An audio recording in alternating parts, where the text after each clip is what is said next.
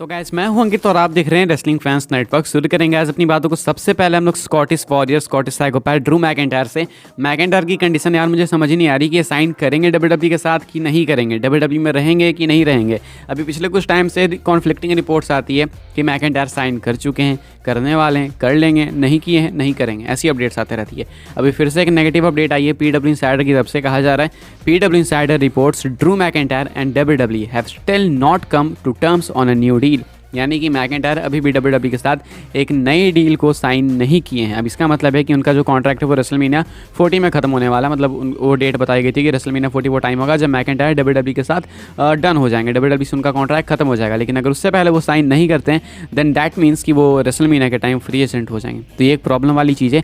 इसलिए लग रहा था कि डब्ल्यूडब्ल्यू साइन कर लेगी इनको, लेकिन अभी तक ऐसा कुछ दिख नहीं रहा है। पीडब्ल्यू इनसाइडर एक ट्रस्टेड सोर्स है एंड इनका क्लेम करना है कि अभी तक मैकिंटायर लॉक्ड नहीं है डब्ल्यूडब्ल्यू के साथ। तो क्या इसका मतलब ये है कि मैकिंटायर एंड डब्ल्यूडब्ल्यू टर्म्स पे नहीं आ पा रहे हैं, नेगोशिएशंस ठीक से नहीं हो पा रही है? क्या मैकिंटायर और डब्ल्यूडब्ल्यू अलग अलग रास्ते जाने वाले हैं? देखो ये चीज़ बिल्कुल अनबिलीवेबल भी नहीं है मेरे लिए। हालांकि टू बी ऑनेस्ट मुझे लगता है कि मैकिंटायर साइन कर लेंगे। ट्रिपल एच इतनी बड़ी गलती नहीं कर सकते, मैकिंटायर को जाने नहीं दे सकते वो। लेकिन फिर भी भाई देखो नेवर से नेवर रेसलिंग वाली चीज़ है। जब अगर एज जा सकते हैं एडब्ल्यू के अंदर तो कुछ भी हो सकता है। इसलिए थोड़े तो डाउट्स हैं अभी के हिसाब से। मैकिंटायर डब्ल्यूडब्ल्यू के साथ किसी भी तरीके के डील पर नहीं आ पा रहे हैं। एक नई डील इन्होंने नहीं साइन करी है एंड इनका करंट कॉन्ट्रैक्ट एक्सपायर होते हुए दिखेगा आपको रेसलमेनिया के टाइम अगर वो साइन नहीं करते हैं तो।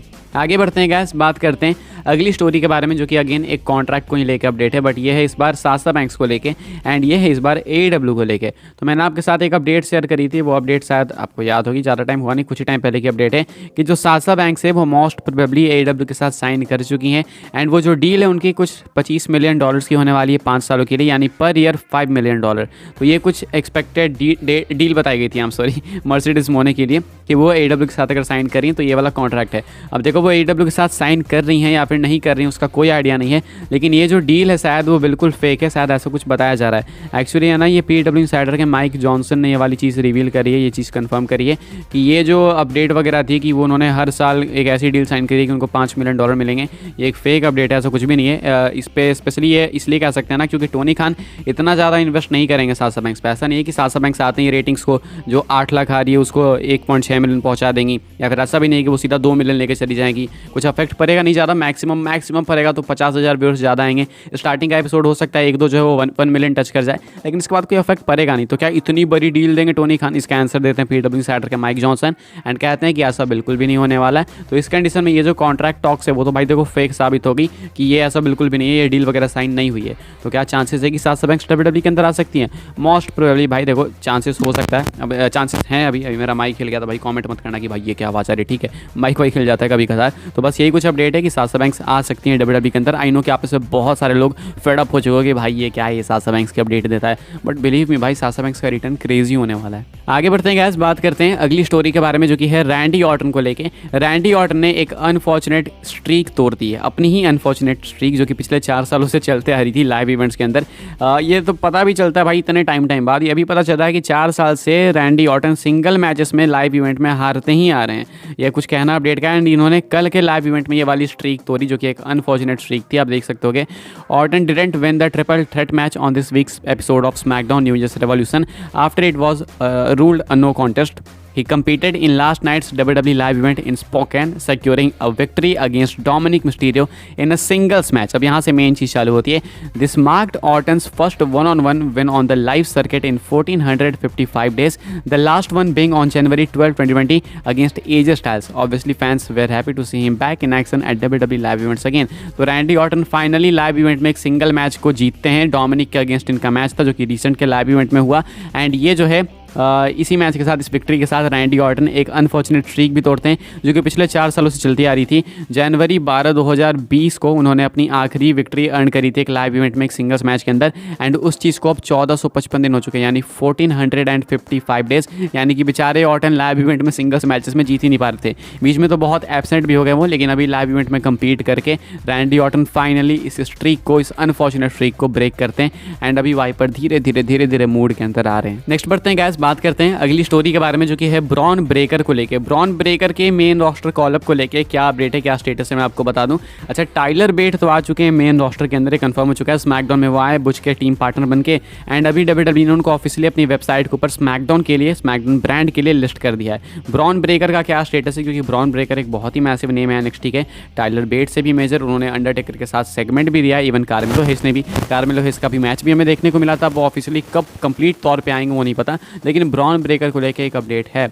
क्लेम करा जा रहा है कि रेसलमेनिया के तुरंत बाद आपको ब्रॉन ब्रेकर देखने को मिलेंगे WWE मेन रोस्टर पे। अब किस ब्रांड पे होंगे वो नहीं पता, लेकिन मोस्ट लाइकली जो रॉ आफ्टर मेनिया होगी, जिसके लिए हाइप रहती है। अभी पिछले कुछ साल से तो WWE उतना डिलीवर नहीं कर रही है हाइप पे, लेकिन हो सकता है कि इस बार ट्रिपल एच कंट्रोल के अंदर है तो कुछ मैसिव कर सकते हैं।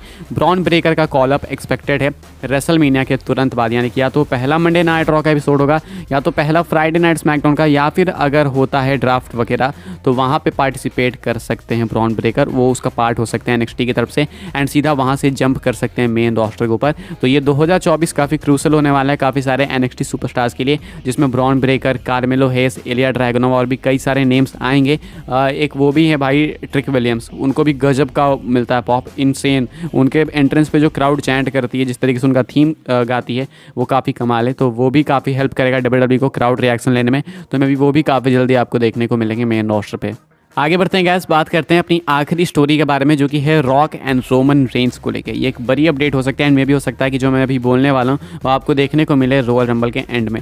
रॉयल रंबल के लिए मैच कंफर्म हो चुका है, फेटल 4 वे, जहाँ पे कि रोमन रेंस डिफेंड करेंगे अपनी अनडिस्प्यूटेड यूनिवर्सल चैंपियनशिप को against Randy Orton, LA night and AJ styles. एक बैंकर मैच होगा। यहाँ पे पता है रिजल्ट क्या होने वाला है। चांसेस बहुत ज़्यादा है कि रोमन जीत जाए, हालांकि नेवर से नेवर भाई, क्या पता रोमन हार भी जाए। इस बार हो सकता है मल्टीपर्सन मैच में किसी और को पिन करा के हरा दे, तो कुछ भी हो सकता है। WWE एंड स्पेशली रेसलमेनिया आ रहा है जब रूमर से रॉक वर्सेस रोमन की, तो वो टाइटल नन टाइटल कुछ भी मैच हो सकता है।